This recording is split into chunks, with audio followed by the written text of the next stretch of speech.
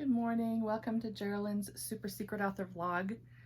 So, while I have my morning coffee on a Saturday, I did I did the short video on my 4 days in London with my husband and then our 8 days in Ireland. But I didn't include in there my first impressions. Having wanted to go to Ireland for 25 years, we've been trying to go. Finally got there.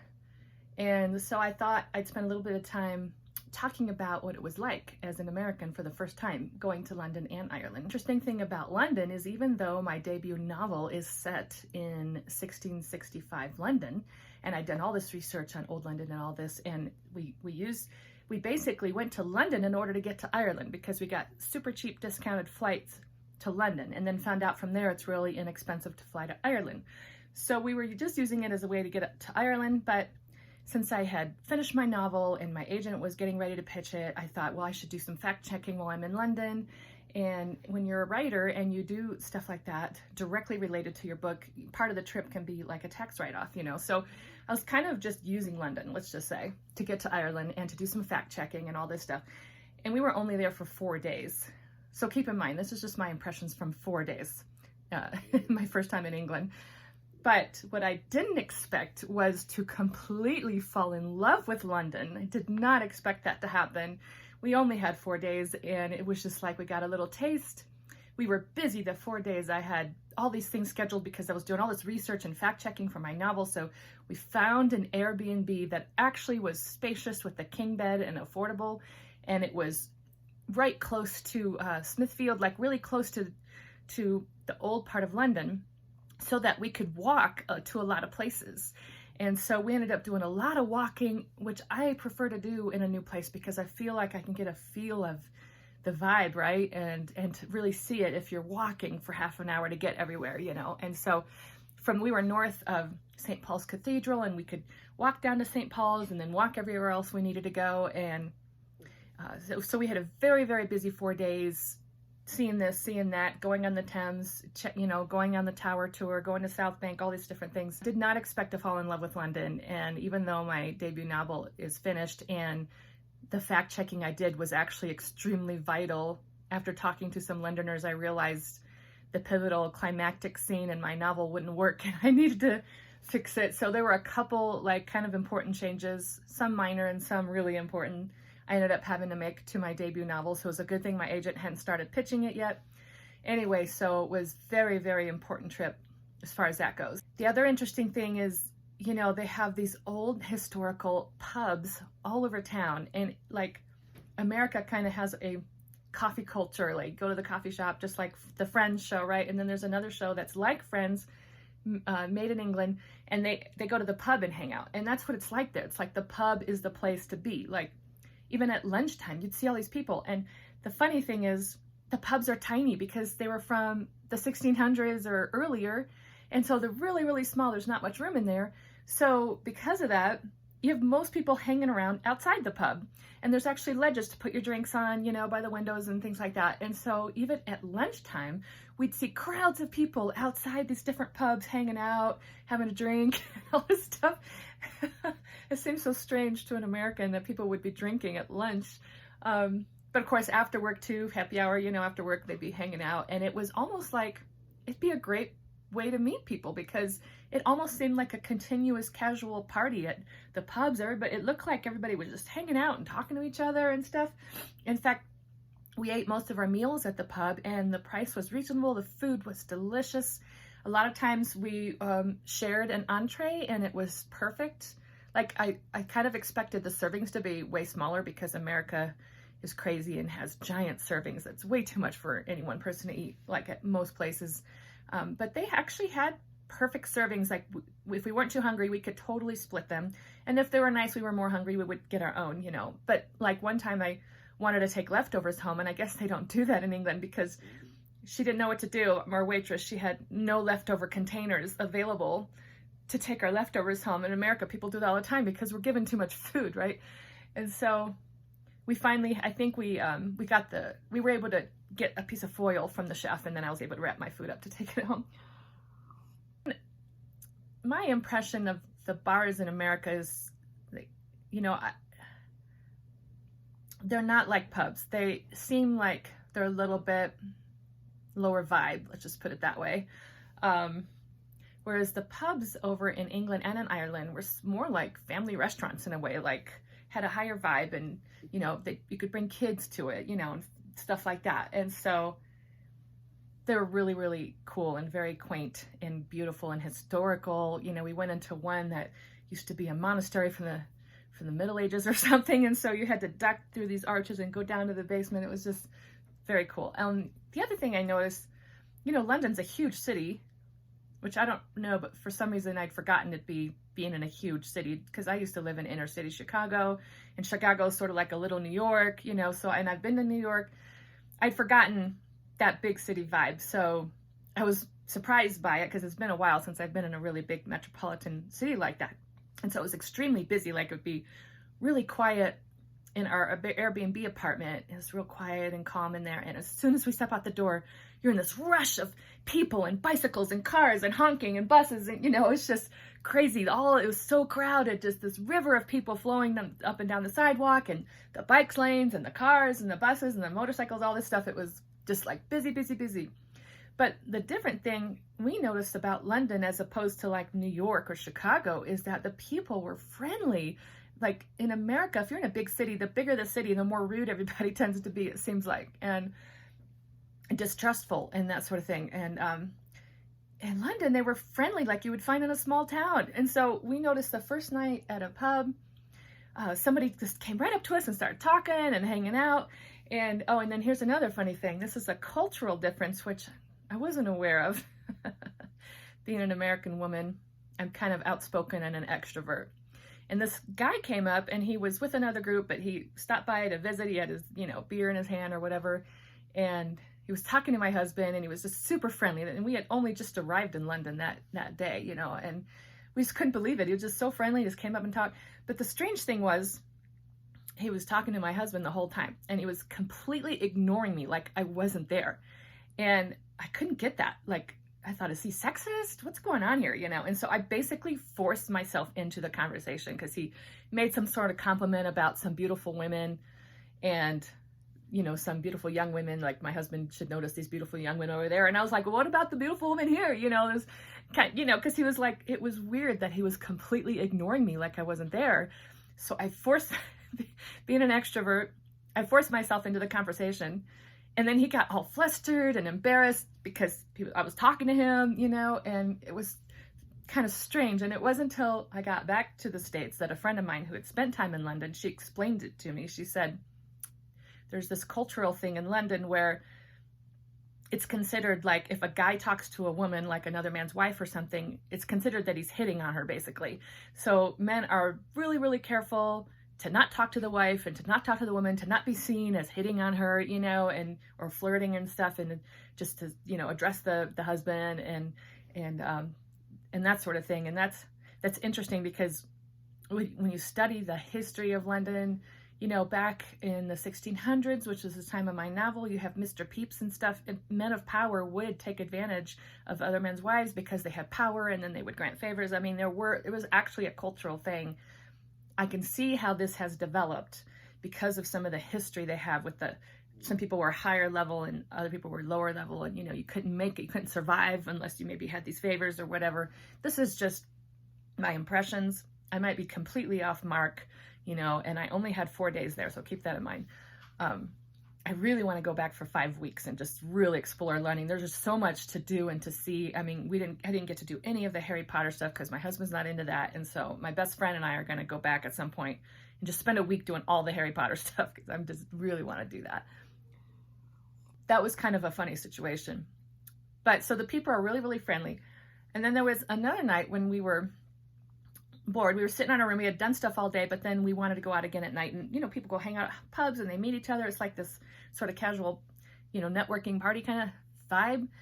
So we went and found one. And the funny thing about London, it's like a maze, you know, there's these, because it got built up over such a long period of time, you have like buildings close together with little alleyways. In order to get somewhere, you have to know to go down this way and down that way, and then maybe through this gate and down these stairs, and then another little alley here, you know, or, you know, it's just like curvy. And you could get lost, you know, it's just really wild. Some of the pubs were like down these really narrow alleyways between buildings and you had to go to the back or whatever. So we went and found one and wanted to meet people and stuff. And it had like a narrow outdoor area. So we were standing out there. Being the kind of crazy extrovert I am, I just walked up to a group of people and started talking. And so my husband was with me. And, but this just happened to be a group of guys after work. And again, there's that whole cultural thing, and being a bold woman and coming right up to them and talking to them probably gave them the wrong impression. I don't know, but so here's the thing. If anybody has watched The Office, there's the British Office, which came out first, and then they changed it culturally to the American version of The Office, and I've seen both. I far prefer the American version of The Office, and this is the main reason. So I noticed this when I was talking to these group of guys, and I've noticed this when I watched the British version of The Office.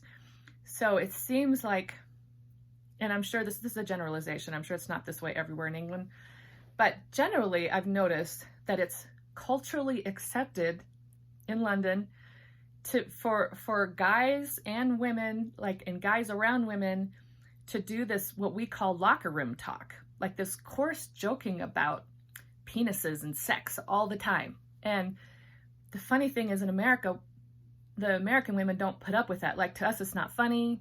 Sometimes it's suggestive or gets uncomfortable. So in America, the men, they keep it to the locker rooms just when it's just men, right? It's only when there's men around that they'll joke like that, and they can do all they want. There's no women around. So we call it locker room talk because that's where that kind of talk takes place. But it seems like in England and London, it's acceptable for men in mixed company with women, and like in The Office, they were even in a professional environment to do regular, constant jokes about penises and sex, and coarse joking. And we found this with these people we were hanging out with at the pub that one night. It got a little bit uncomfortable because we were just trying to have conversation, and they would constantly be joking about that kind of stuff. It was just strange. Like, here's another thing. So in America, we have apple cider, which is like sort of like juice, but it's a different process. So it's a little bit more tart and delicious, and it's mostly in the fall that you get it. And it's different than apple juice. But then if you make it alcoholic, it's called hard cider. Whereas in England, they don't have our apple cider. They just have apple cider, which is hard alcoholic cider, like what we would call hard cider. So like, we were with this group and we took turns buying each other drinks, and I was like, oh, I'll have a hard cider, you know. And the guy was like, well, how hard do you want it? You know, it's this kind of crazy stuff. And I didn't even know then that they don't call it hard cider. They just call it cider there. That's what's their alcoholic drink. It's just called cider. Oh, and their ciders are so much better than ours. I wondered why it tastes so much better. And someone told me it's because in America, they're allowed to put preservatives and different things like that. Whereas in England, that's not allowed, in England and Ireland. So when you get a cider on draft or a bottle or whatever, it just tastes so much better. It's so fresh and delicious. They had fruit beers. You know, I'm not a beer drinker, but I liked some of the beers in London. They were really good. I have a cat here rubbing on the camera stand, so I have to hold it steady.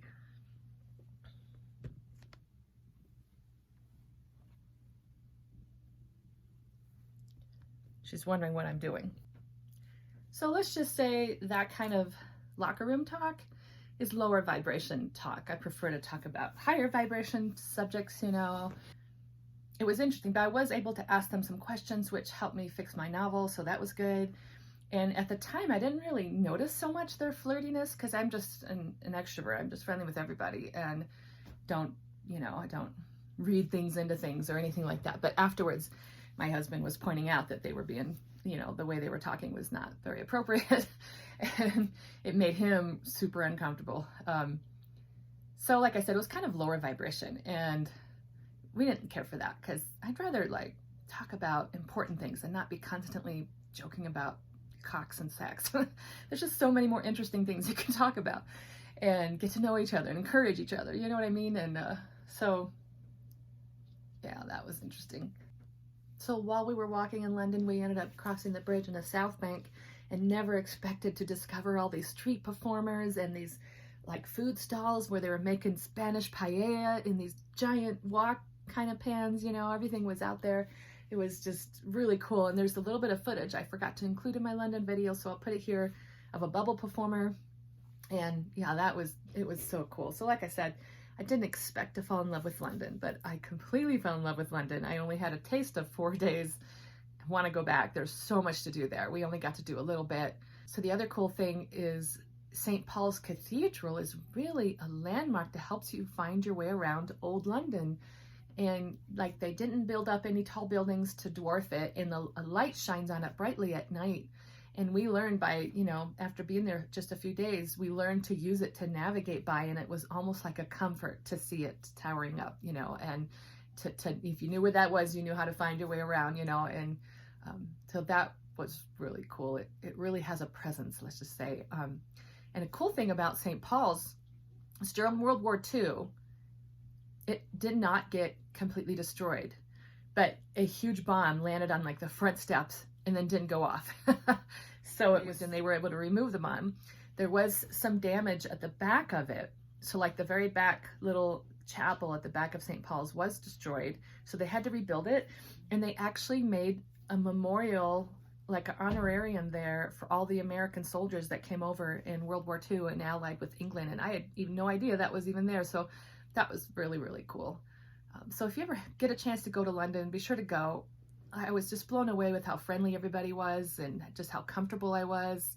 And it is really, really busy, but there's so much to do, and you definitely want to give yourself as many weeks as you can. You could even go visit Stonehenge. It's not that far from London. If you have a lot of time, you could go do that sort of thing. So then we, after 4 days there, we flew to Ireland and went into Shannon Airport. We were in Western Ireland. The funny thing is it was at the end of August and London was hot. They had like a heat wave we weren't expecting. But then we go to Western Ireland and it's the end of August, the beginning of September, and it was like cold and wet and dreary, like cold for summer, and just rained a lot. And it's so green. You can see why it's so green, because it just rained so much. And I have Irish blood in me and some English blood too, and it's a little bit of Scottish and German. But I really relate to my Irish side, and I always had been wanting to go to Ireland so badly. I've kind of almost feel like a calling to go there. So when we landed, I thought there'd be like a opera aria, but there wasn't anything like that. I landed and it was just, okay, this is just another place, But it grew on me slowly. Like after 8 days in quiet Ireland, I want to go back every year if I can. There's just so much to explore there. We were just in this little part. We went to the Aran Islands. We were in Ennis, and then we went to Inisheer, the smallest Aran Island, for a few days, and then we were driving around the west coast a little bit, and we got to go explore Limerick for a day and got to see some historic sites. There's just so much ancient history there. But the thing that surprised me about Ireland is that, they've been there with all this history, thousands of years of history. And so to them, like the Irish potato famine is a fresh hurt to them. It's recent history. Like that happened recently.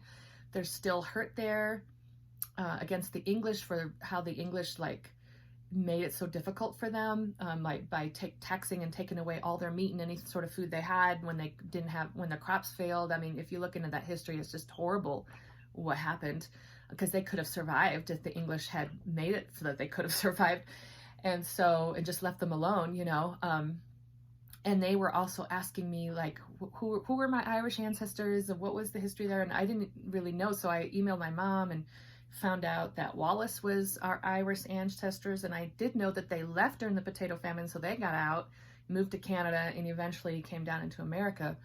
But I was just surprised to see that was a fresh hurt and fresh history for them. Whereas to us, that feels like ancient history, the Irish potato famine in the 1800s, a couple hundred years ago. But it helped me a little bit to understand, in America, slavery was just a couple hundred years ago. And so you can see how that's fresh history to the African Americans. And not only that, but it has never really, that racism has never stopped. I mean, it's kind of gone underground and become more hidden, but the African Americans feel it every day. And so it's like a second racism has happened, I mean, a second slavery. It's sort of like a second, more subtle slavery has happened. And so you can see why that's fresh in their minds, partly because it has never stopped, but it was only 200 years ago, or in Ireland, The potato famine was only 200 years ago, so to them that's recent history. I wasn't expecting to find that. And there was sort of course, they've had other struggles since then with the English, and there's this real sadness there. And it just made me, and this is from talking to different people, and I was only there for 8 days, but it made me just really grateful that my Irish ancestors got out and got away from that and got to start fresh and start new. America is all about starting new. I mean, it's not all about that. There's, of course, the tragedy of the Native Americans and things like that too.